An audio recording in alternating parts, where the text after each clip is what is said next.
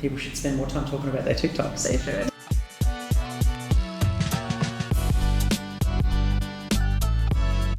We're Jacinta and Ben, a married couple who run a meeting and creative event space called Meet and Gather.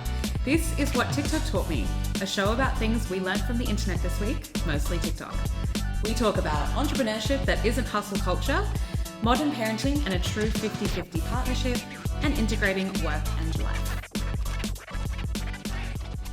Hey Ben. Hi Jay. Welcome back to the podcast. I know, episode 2.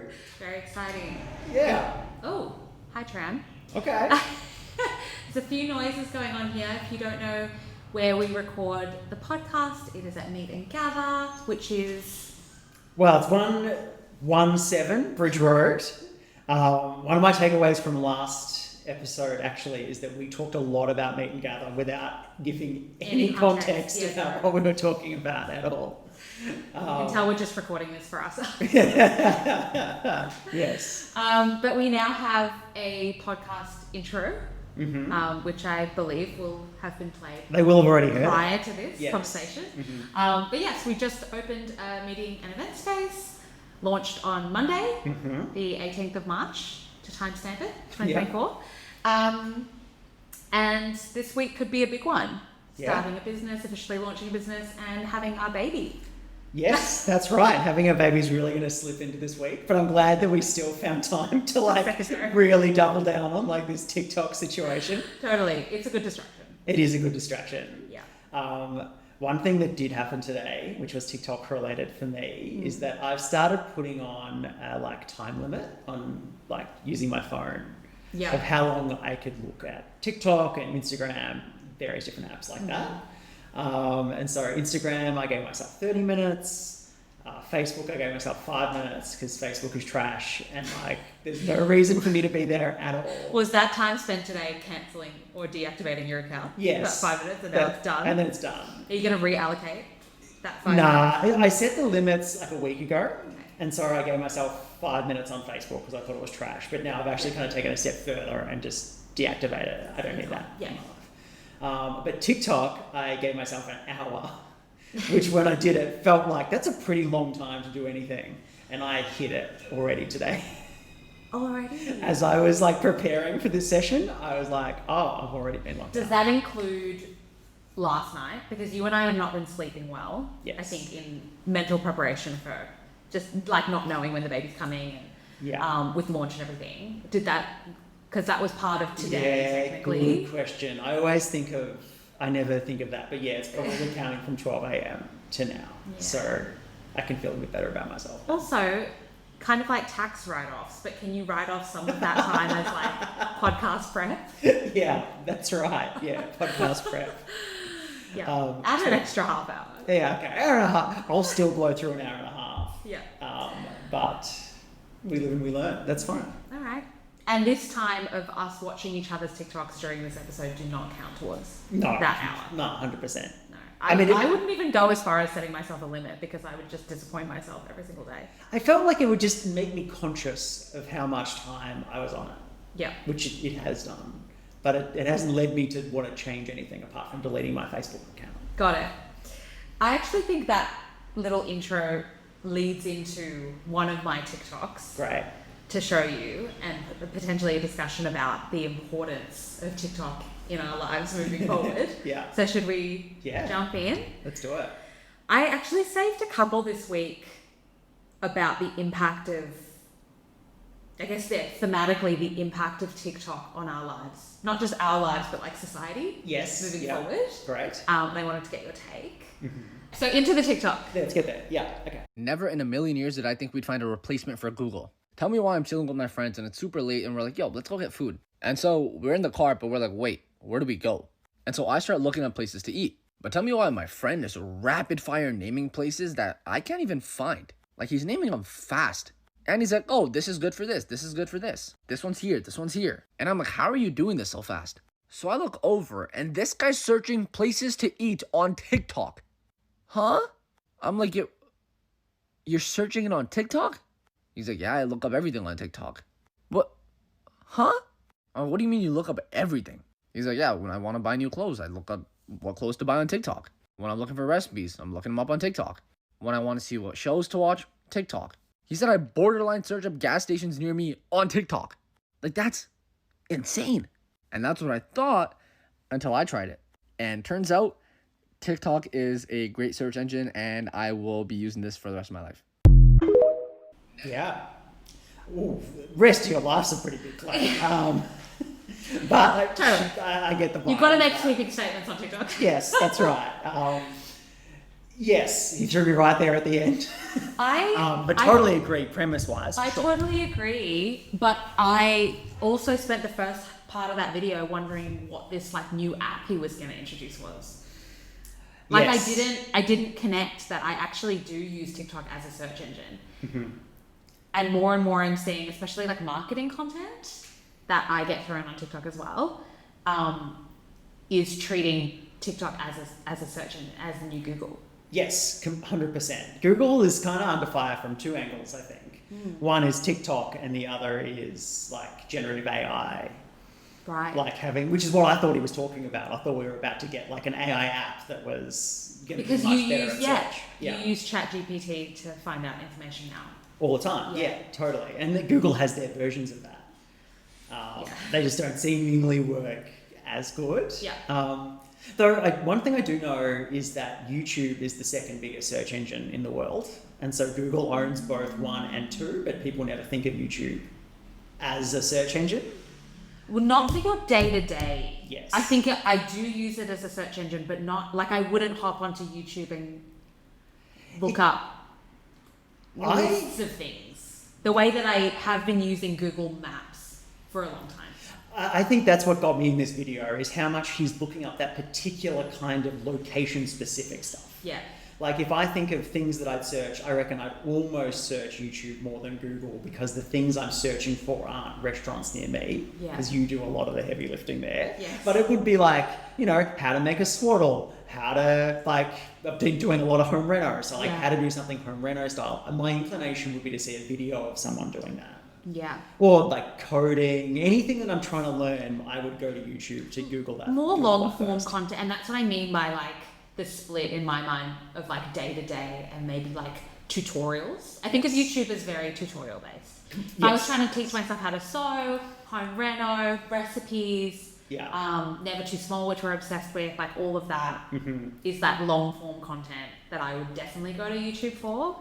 And I know they're trying to go down like shorter videos, and TikTok's trying to do longer, so there's overlap there. But I have found myself like I've tuned into this week going, I have actually been going to TikTok before Google or before Maps and looking up like what are people's reviews of like this t-shirt that I want to buy. Yes. Do you know what, that sparked another thing in me for how I've started using TikTok search rather than Google search.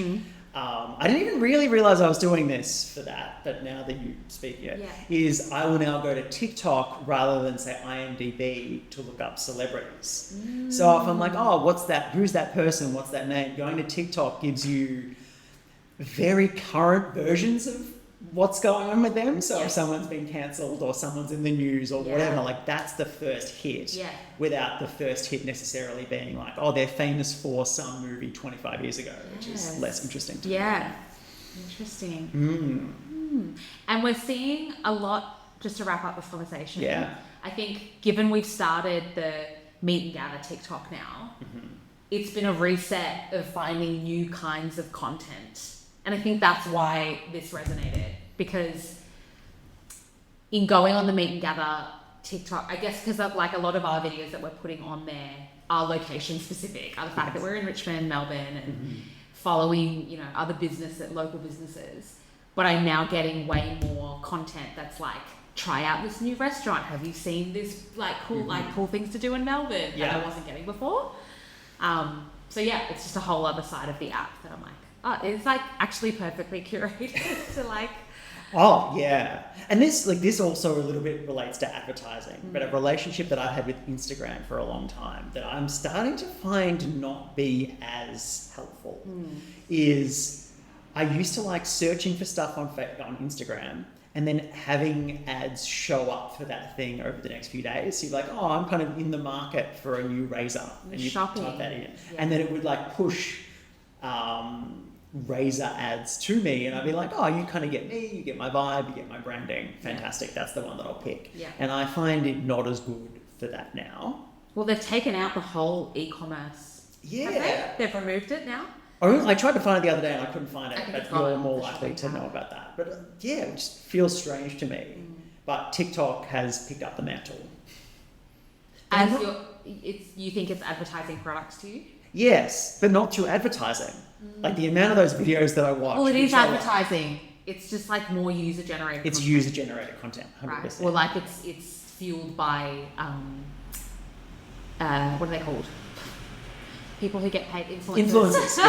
Yes. It's paid by. It hasn't got the little sponsored post on it. Yeah. But it is. You're right. It is advertising. Some money has changed hands somewhere to have the person probably talk about top Amazon finds for the kitchen hack. Yeah. Great. Okay. That poured into that. It should probably affect how we do advertising, but. Well, yeah. I mean, it's a whole other conversation that I'm sure we'll have at another time. But the way that marketing and advertising looks moving forward is very much dependent on how we view content on TikTok, and it has to be subtle. Yes. Yeah. And you have to hit a user many, many times before you try to sell them anything, otherwise they're not interested. Totally, yeah. I think that's exactly right, and it is amazing how much of it I think does come down to that. Like, are you providing some actual value?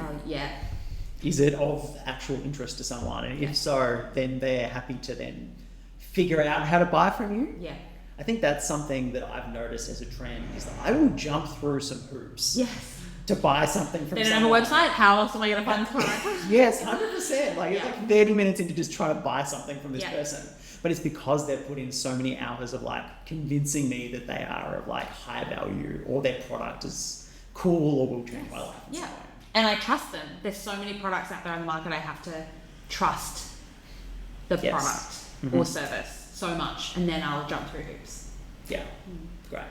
Should we do another one? Yeah. Okay, so my turn to share. Yes. So let me pull it up. I think it's basically at the start. So, as a little bit of background.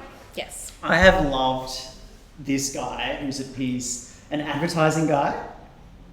I reckon I followed him or used to watch like his TED Talks or YouTube videos when I was back at uni. So this is like 10 years ago or something. Studying advertising. Yes. Never used that, never. Just learned I didn't really like. Just good context for the listeners. But just a little context about how long I've been following this guy. And then I saw nothing from him for years and years and years and years. And now he's popped back up on TikTok. And he's either TikTok famous now, or the algorithm realised that I was into just really niche content from him. Okay. What's his name? No idea. His name is Rory Sutherland. But there's context. So I like him. He just has philosophical kind of thoughts about advertising and sales. And I thought it would be interesting to hear what you thought. Great. Okay. There are two ways you can create value in the world. You can either work out what people want and find a clever way to make it, or you can work out what you can make and find a clever way to make people want it. And the value you create is indistinguishable regardless of your direction of travel. And I'll end on this story because it shows how great inventors are also great marketers. James Watt, inventor of the steam engine, wanted to sell steam engines. And the market for steam engines then, because they weren't yet used in transportation, was mine owners, because you could use a steam engine to drain mines.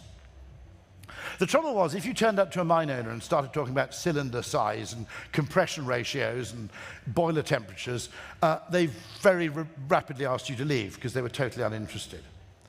So Watt realized they needed a metrical unit for the steam engine that would appeal to mine owners. And he invented the horsepower.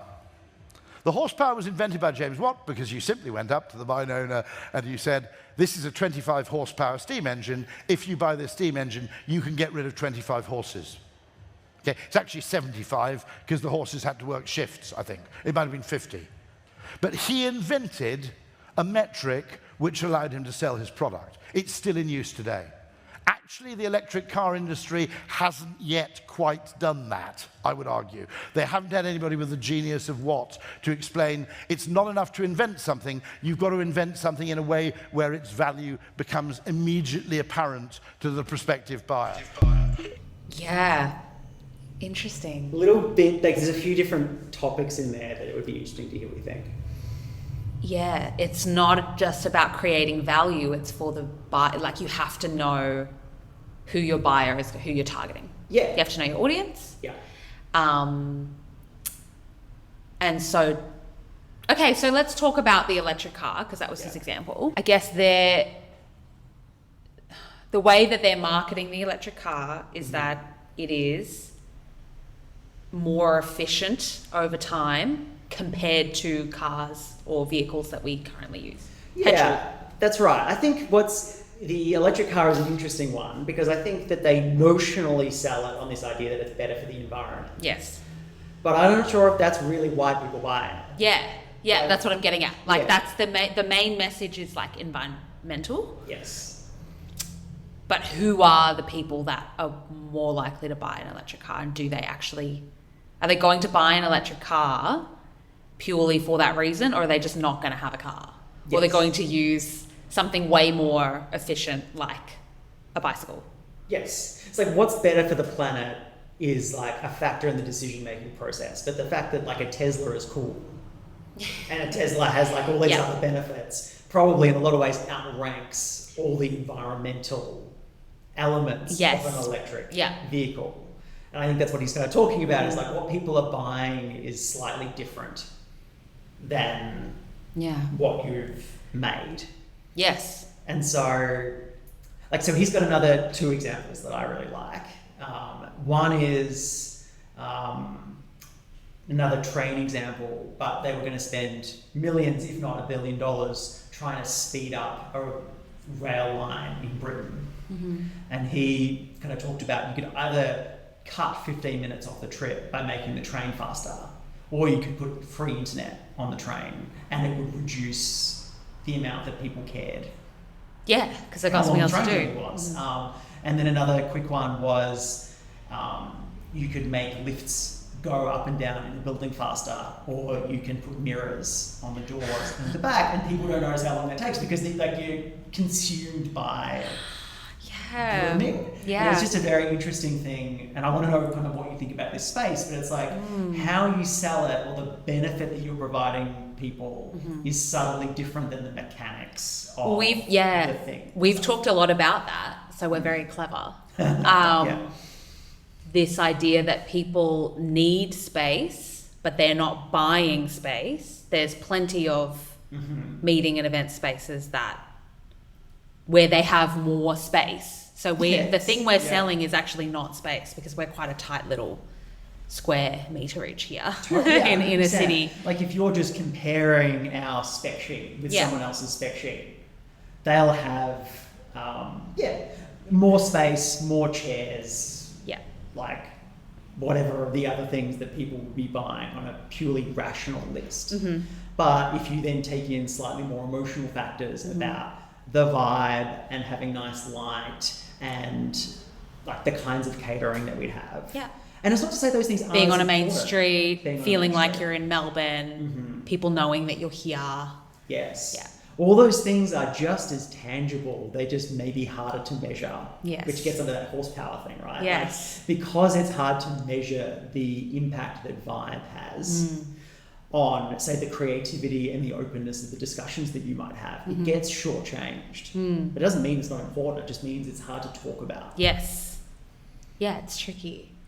I think what it makes me think of when you were talking about like spec sheets is like the classic comparison between Android and Apple. Yes. Yeah. And they both understand their buyers, and their buyers are completely different, even though the product is essentially the same. Yes. They're both in the market for a smartphone or a smart device that does all the same things. Even over time, the pricing of them has become pretty similar. Yeah. But you're either somebody who really cares about what would you call like Samsung uses they're tech it's like features, inspired, features. and they love the list, and Apple is very much about status and feeling. Yes. And being part of a club, or like the Apple club. Yeah. Yes. I think, I mean, there was like a Windows PC thing before, and Yeah. then there was like an Android, iOS one that came after Yeah. it. And I think the trade-off is, to take this maybe in a slightly different direction from where I was going, is actually, I feel like the people often in that, say, Android camp, think that of themselves as like purely rational decision makers. Like, why would you pay an Apple Premium for the same features? I'd rather pay less and get the same. Or Apple won't let you customize anything, and so I like to be able to have that full control. Yeah, I'm a bit of a hacker. Yeah, I'm a hacker, yeah, that's right, but it sounds like it's purely analytical, and I think my argument would be that it's not. It's exactly the same emotionally driven decision, but how you then back rationalize it to yourself is different. Okay. So back to our space. Yes. And advertising our space and knowing our buyer. Do you think that the people that are booking meeting spaces, because to take it a step back, Yes. I would think that we are targeting more of that emotional buyer Yes. because we want them to feel That's it. And this is energized, where- we want them to feel calm, we want them to feel like they're in a vibey space, part of a community, all that stuff. Yeah. But do you think that everyone who goes out on the market to look for a meeting space is an emotional buyer? My premise is that everyone buys emotionally, Yeah, okay. and that what kind of gets bucketed into the idea of an emotional buyer is vibe, right? Like, they want something that feels nice. They want something that feels... And it's like slightly less tangible, but I'm not sure if it's slightly less rational. Like if you're gonna say you're booking a meeting space to have a corporate meeting, right? I think there is a kind of person who sees themselves as not booking our space because they would see that they're overpaying for stuff that's not required. They're like, we need a table, we need a projector, we need a bunch of stuff. It could be a white room, no light, whatever. And then they emotionally feel like they've got a bargain, or that they'd emotionally feel that they were savvy for only needing those things. And so I guess that's my premise, because there's always, to some extreme, I guess, where you're picking something because it feels right. It gives you a sense of status, like the status that they'd be projecting through a purchase of a meeting space like that is like thriftiness, or some kind of like grit, or like there is something about that kind of purpose, that kind of purchase that says something about who you are, and so you make that decision. Whereas I think someone who books this space, that says something about who you are to book this space. Can't exactly remember where I was going, except that statement. We've gone away from what he was saying in that video, I think, because back to the horsepower example, he's talking about fulfilling, like the coal miners that he was talking about aren't emotionally purchasing this product. No, they want to use less horses. So that's why I think what he's saying is, and I've seen more things that he's of course, you're obsessed. Obviously, so I don't know, but yeah. But I think what he's kind of getting at there is that if you went in there with a purely rational list, they wouldn't need the idea of horsepower. You would be able to go in and say you're going to save this much money because of this many more trips, and you'd go down the list and then make this analytical decision. But that without this kind of emotional concept of like the romanticization of like horsepower, or an analogy of horsepower, like you needed that to like get them to buy in, to give you the time to then get to that next step. That's what I kind of take from that, is that there is, in any kind of purchasing decision, and this is probably not super controversial, but there is some element of rationality and emotion at play. And you've got to balance them both, because if you're purely, back to our first conversation, if you're purely emotional and you're like purely trying to hit that, but you don't actually give them anything to rationalize, they'll feel like you're swindling them. Yes. Like it's too salesy. Totally. And probably is. Like if it's all vibe, then there is probably an element of But what am I actually getting? Yeah, what is actually that? Yeah. Totally. Very interesting. Love it. My second video. Yeah. This one, I'm just gonna let it speak for itself. Okay, tell me something about parenthood that you assumed before you had a kid that now you know is absolutely not true. I thought I would become very serious. But I'm not. I was like, yeah, no, I'm gonna wake up at 5 a.m. every single morning. I'm gonna wear shirts, squared shirts from Walmart. And I'm gonna take my kids everywhere. Kidding me? Do you want to know what I thought? Yeah, what? I thought that it was gonna be easy. Talk about intense. I thought it was gonna be easy. It's not. Yeah, we know. We know. And then I think of everyone who I like talked to who was parents before I was a parent, and like obviously let on this air that I thought it was gonna be easy, and the way they looked at me like, Girl, you're just learning. and now I talk to people who don't have kids and like they say things to me sometimes and I look at them like, Yeah. Okay, yeah, good video. Good video. Like it. Interesting in that Very light. it's light, yeah. It's an interesting time for us to talk about this because we're potentially days away. Probably we could potentially be hours away at this point. Yeah. So this is the last chance, I guess, to get on the record what we think parenting's going to be like. Yeah, I thought before that. we, Yeah. dive in. You and I have very much been those people who are not parents who are like, it's got to be easier than what people say. Totally. Which is why I thought it was funny. And my first response was like, well, they're just making it hard. I'm not a parent. Yes. So I Yes. I don't know what gives me the audacity to think that. I Yeah. think it's because like we're very make lemonade out of lemons people. Yes. So I just think that our attitude, our mindset going into parenting may be different to other couples. So the way I'm going into it is, or the insight that I have is, I remember before starting kind of my first business with other people, so Beaker and Flynn. Before I did that, people told me how hard running your own business was. Mm-hmm. And I remember thinking about that and kind of, yep, sure, no worries. And then getting out the other side of it, I would say it was very hard, but it wasn't hard in the way that I'd previously known the idea of hard. Mm-hmm. And so it wasn't just like really like hard effort. It wasn't like, going for a long run, or it wasn't like working late hours, like long hours. Like it was those things, but actually what made it hard was the like risk-taking, anxiety, the unknown, like that component of it. And I remember leaving that experience going, there was no way, like people were telling me it was hard. They were right. But if I was to have believed them that it was hard, I would have got a completely misunderstood what they meant. And I imagine parenting is going to be like that. Yes, I agree. And I also think that a lot of what people find hard, you and I included, doesn't stop us from doing new things, but that newness, that constant, every day, I don't know what I'm doing, this is a new skill, that can be quite exhausting. Yes. But also like hard. Like when people say it's hard, I think that's what they mean. They're not doing the same thing every day.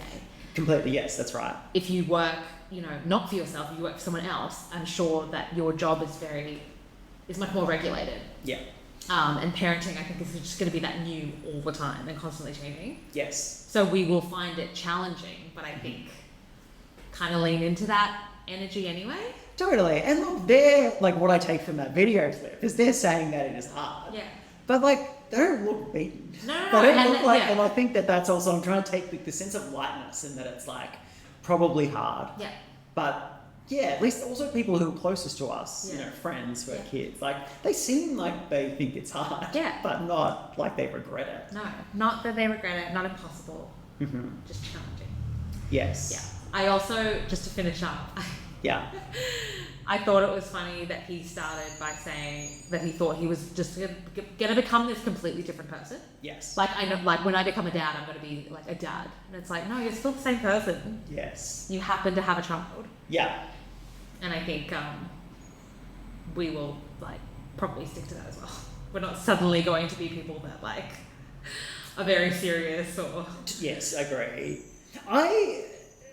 I wish I'd saved this video or book, or it's like a piece of knowledge that's in my brain that's from someone else, but I can't remember where or how it got in there.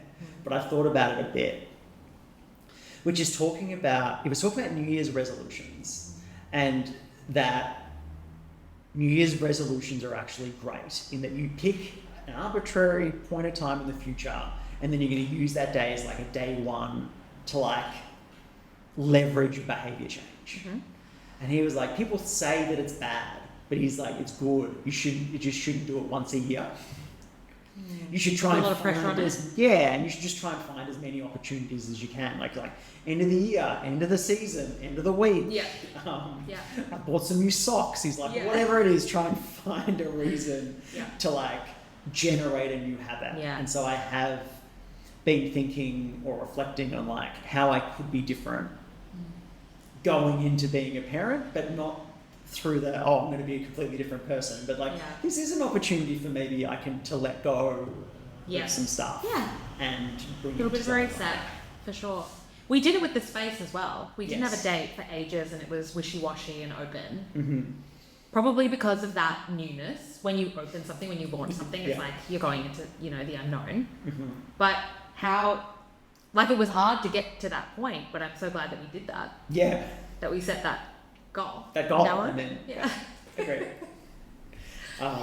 We'll just go to the next one. Yeah. I am looking at a video called Shout Out to Everybody. Shouts out to everybody who got through the day without taking a nap. Pulled an all-dayer. Pretty tough, yo. I love this. I get videos like this all the time. Yeah. Yeah. It's like shout out to somebody who like made plans after working an 8-hour day. It's like a small little affirmation. Yeah. I guess. Yeah. It's very on brand for us. Yes. Anti-hustle.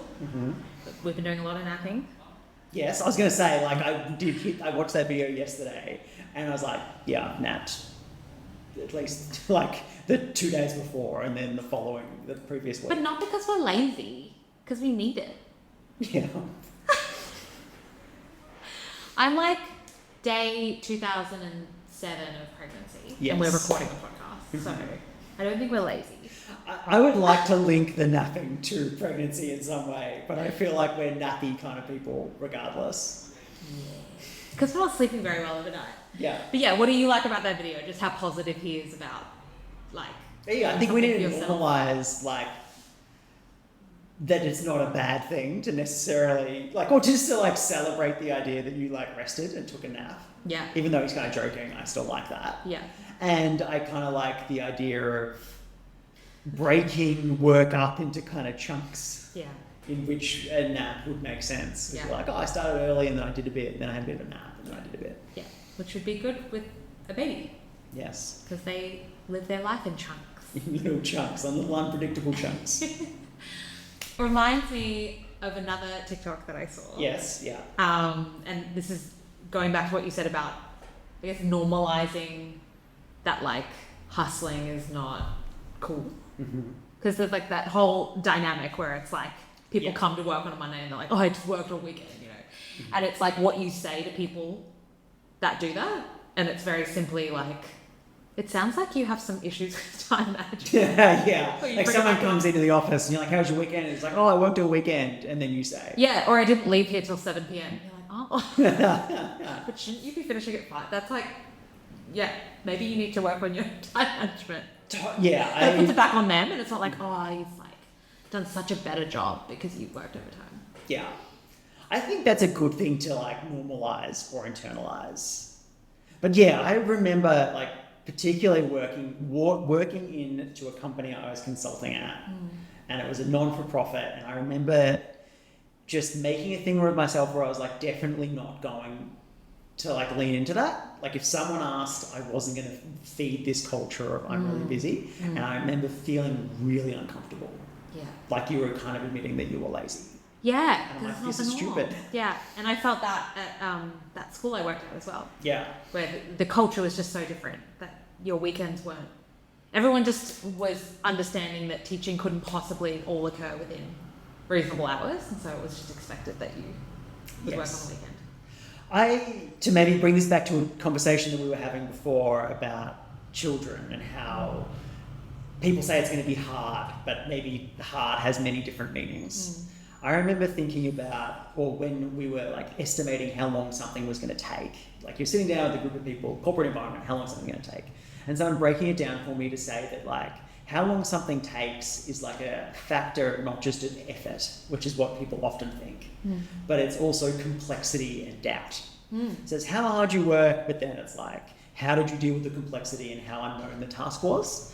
And I think people in an environment where they're just working constantly are a lot in that just effort space and aren't letting themselves rejuvenate to the extent that they're actually being able to better process the complexity or like have a smart way of adapting something. And so when people talk about working smarter and not harder, it's not a magical thinking. It's just giving yourself some space that's not just pure effort. Yeah. Well, they're called busy tasks for a reason. Right? Like they take time, but it's not necessarily building to something that's more important. Yeah. Call it that? Yeah.